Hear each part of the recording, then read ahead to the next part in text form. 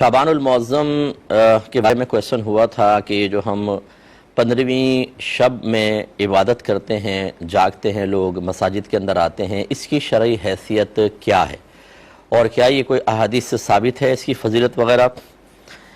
دیکھیں، بالکل نبی کریم صلی اللہ علیہ وسلم نے اس رات میں قیام کا ارشاد فرمایا اور اس کی برکات کو بھی ظاہر کیا ہے۔ یہ دو حدیثیں میں آپ کی خدمت میں ذکر کرتا ہوں۔ پہلی ترمذی کی ہے، ترمذی ہے 739 حدیث پاک، اور ابن ماجہ میں 1399 نمبر حدیث پاک ہے۔ سیدہ عائشہ صدیقہ رضی اللہ تعالی عنہا اس کی راویہ ہیں، کہتی ہیں کہ ایک رات نبی کریم صلی اللہ علیہ وسلم کو میں نے اپنے پڑوس سے غائب پایا، یعنی آپ کی باری تھی، سرکار آپ کے حجرے میں تھے لیکن آپ کی آنکھ کھلی تو سرکار نہیں تھے۔ تو کہتی ہے میں تحقیق حال کے لیے باہر نکلی تو میں نے آپ کو جنت البقیع کے قبرستان میں پایا۔ تو سرکار نے مجھے دیکھ کے فرمایا کہ اے عائشہ، کہ آپ اس بات کا خوف رکھتی ہیں کہ اللہ تبارک و تعالیٰ یا اس کے رسول آپ کے حق میں کوتاہی کریں گے، یعنی کہ آپ نے ایسا گمان کیا کہ میں کسی اور زوجہ کے پاس چلا جاؤں گا؟ تو سیدہ عائشہ نے بالکل واضح اور صاف اپنی گزارش کی کہ یا رسول اللہ، بے شک میں نے گمان کیا تھا کہ شاید آپ اپنی دیگر ازواج کے پاس تشریف لے گئے ہیں، یعنی اس غیرت نے مجھے ادھر تحقیق کے لیے باہر آنے پہ مجبور کیا۔ تو نبی کریم صلی اللہ علیہ وسلم نے فرمایا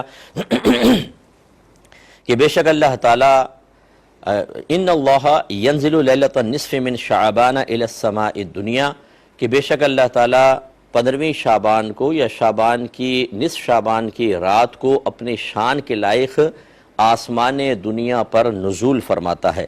فَيَغْفِرُ لِأَكْثَرَ مِنْ عَدَدِ شَعَرِ غَنَمِ كَلْبٍ، پھر وہ بنی کلب ایک قبیلہ تھا، اس کی بکریوں کے بالوں سے زیادہ لوگوں کی بخشش و مغفرت فرما دیتا ہے۔ اس کا مطلب ہے کہ یہ رات بڑی افضل اور مبارک رات ہے۔ اور اسی طریقے سے دوسری حدیث میں جس کے راوی حضرت مولا علی رضی اللہ تعالی عنہ ہیں، یہ کہتے ہیں کہ نبی کریم صلی اللہ علیہ وسلم نے ارشاد فرمایا، یہ سنن ابن ماجہ کی 1388 نمبر حدیث پاک ہے، کہ سرکار فرماتے ہیں اذا کانت لیلۃ النصف من شعبان، کہ جب شعبان نصف شعبان کی رات ہوتی ہے، فقوموا لیلہا، تو اے لوگو تم اس کے رات میں قیام کرو، وصوموا نہارہا، اور اس کے دن میں روزہ رکھو، یعنی اگلے دن۔ اور یہ دونوں استحبابی حکم ہے کہ وجوبی نہیں ہے، عبادت کرو، اگلے دن روزہ رکھو۔ فَإِنَّ اللَّهَ يَنزِلُ فِيهَا لِغُرُوبِ الشَّمْسِ إِلَى سَمَاءِ الدُّنْيَا، کیونکہ اللہ تعالیٰ غروب شمس کے بعد اس رات میں آسمان دنیا پر اپنی شان کے لائق نزول فرماتا ہے۔ فَيَقُولُ، پھر اللہ تعالیٰ فرماتا ہے کہ أَلَا مِن مُسْتَغْفِرٍ لِي، کیا کوئی مجھ سے مغفرت طلب کرنے والا ہے؟ فَأَغْفِرَ لَهُ، تو میں اس کی بخشش فرما دوں۔ أَلَا مُسْتَرْزِقٌ، ہے کوئی رزق طلب کرنے والا؟ فَأَرْزُقَهُ، تو میں اس کو رزق عطا فرماؤں۔ أَلَا مُبْتَلًا، کیا کوئی آزمائش میں مبتلا شخص ہے؟ فَأُعَافِيَهُ، تو میں اس کی بخشش فرما دوں۔ سرکار فرماتے ہیں کہ اللہ تعالیٰ ایسے ہی کہتا رہتا ہے حَتَّى يَطْلُعَ الْفَجْرِ، یہاں تک کہ فجر طلوع ہو جاتی ہے۔ ان دونوں حدیثوں میں دیکھیں کہ نبی کریم نے اس رات میں بخشش و مغفرت کی بشارتیں بھی دی ہیں اور اللہ تبارک و تعالیٰ کی طرف سے انعامات کا ذکر بھی فرمایا ہے۔ تو اس لیے اس رات میں آپ عبادت کریں۔ بس یہاں ایک وضاحت میں کر دیتا ہوں کہ جب آپ یہ حدیثیں کسی کے سامنے بیان کریں گے تو وہ کہیں گے یہ ضعیف حدیثیں ہیں۔ بالکل میں بھی مانتا ہوں یہ ضعیف حدیثیں ہیں، لیکن یہ ذرا سمجھ لیجئے گا کہ ایک ضعیف حدیث ہوتی ہے، ایک موضوع ہوتی ہے۔ موضوع کہتے ہیں جھوٹی حدیث کو، اور ضعیف کہتے ہیں اس حدیث کو جو سرکار سے متصل ہوتی ہے، وہ سچی حدیث ہی ہوتی ہے، لیکن اس کے بیان کرنے والے جو راوی ہوتے ہیں، راویان حدیث، ان میں کچھ کمی ہوتی ہے۔ کسی کا حافظہ کمزور ہوتا ہے، کسی کا تقوی کم ہوتا ہے، لیکن وہ حدیث جھوٹی نہیں ہوتی، پہلی چیز یہ۔ اور دوسری بات یہ ہے کہ جو محدثین ہیں وہ خود ارشاد فرماتے ہیں کہ ضعیف حدیث فضائل میں معتبر ہے، یعنی اس کا مطلب یہ ہے کہ ضعیف حدیث سے اگر کوئی فضیلت آپ ثابت کرنا چاہیں تو بالکل کر سکتے ہیں۔ میں معذرت کے ساتھ عرض کرتا ہوں، اگر کوئی سنے تو بالکل اس کا مطلب آپ اس پہ غور و تفکر کر لیجئے گا۔ میں کوئی مناظرہ نہیں کرنا چاہتا، خدا نخواستہ، کہ آپ بھی یہ بات پڑھتے ہیں کہ ضعیف حدیث فضائل میں معتبر ہے، پھر مطلقاً ان حدیثوں سے ثابت شدہ عمل کی نفی کرنا کیسا ہے؟ ایسا نہ ہو کہ یہ کہیں کہ ایسی کوئی رات ثابت نہیں ہے، یہ غلط ہے، اور میدان محشر میں نبی کریم یہ کویسچن کر لیں کہ میری حدیث کو رد کیوں کیا تھا، اگرچہ اس میں ضعف تھا، تمہیں کمزوری محسوس ہوئی راویوں کی وجہ سے، لیکن تم نے منع کیوں کیا امت کو اور مطلق انکار کیوں کیا؟ تو لہٰذا کیا جواب دیں گے؟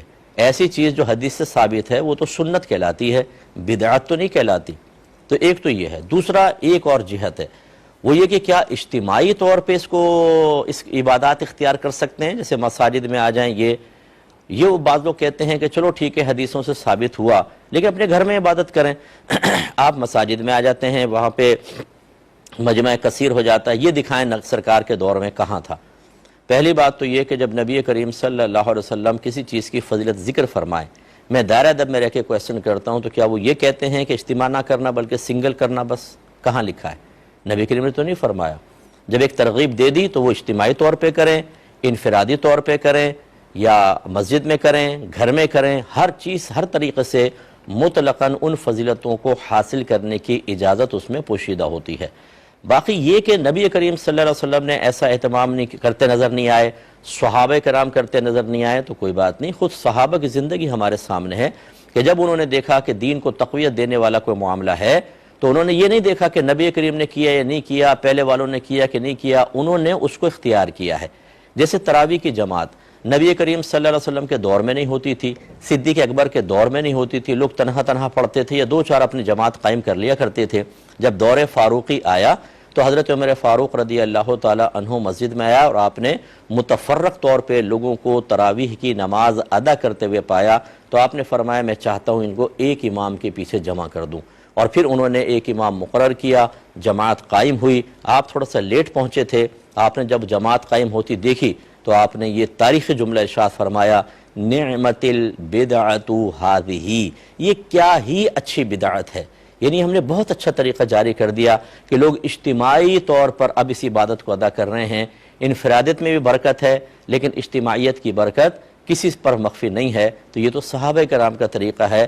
اگر لوگ متفرق طور پہ کریں، سستی آئے گی، تھوڑا کریں گے، سو جائیں گے یا کریں گے نہیں۔ اگر ایک اجتماعی عبادت کا اہتمام کر لیا جاتا ہے صحابہ کرام کی سنت سمجھتے ہوئے اور دیگر ہمارے اکابرین کی تعلیمات کے تقاضے کے مطابق، اور لوگ بستر چھوڑ کر، روڈیں چھوڑ کر، آوارہ گردیاں چھوڑ کر، ہمارے بچے سوشل میڈیا پر گندی چیزیں دیکھنے کو چھوڑ کر، آوارہ گرد دوستوں کی صحبت چھوڑ کر، فضول کھیل کود چھوڑ کر اللہ تعالیٰ کی بارگاہ میں حاضر ہو کر عبادت ادا کریں، گناہ سے بچیں، درجات کی بلندی کا سامان کریں، گناہوں کے کفارے کا سامان کریں، نیکیوں میں اضافے کا سامان کریں، تو اس میں کون سی شرعی قباحت ہے؟ مجھے یہ بتائیے۔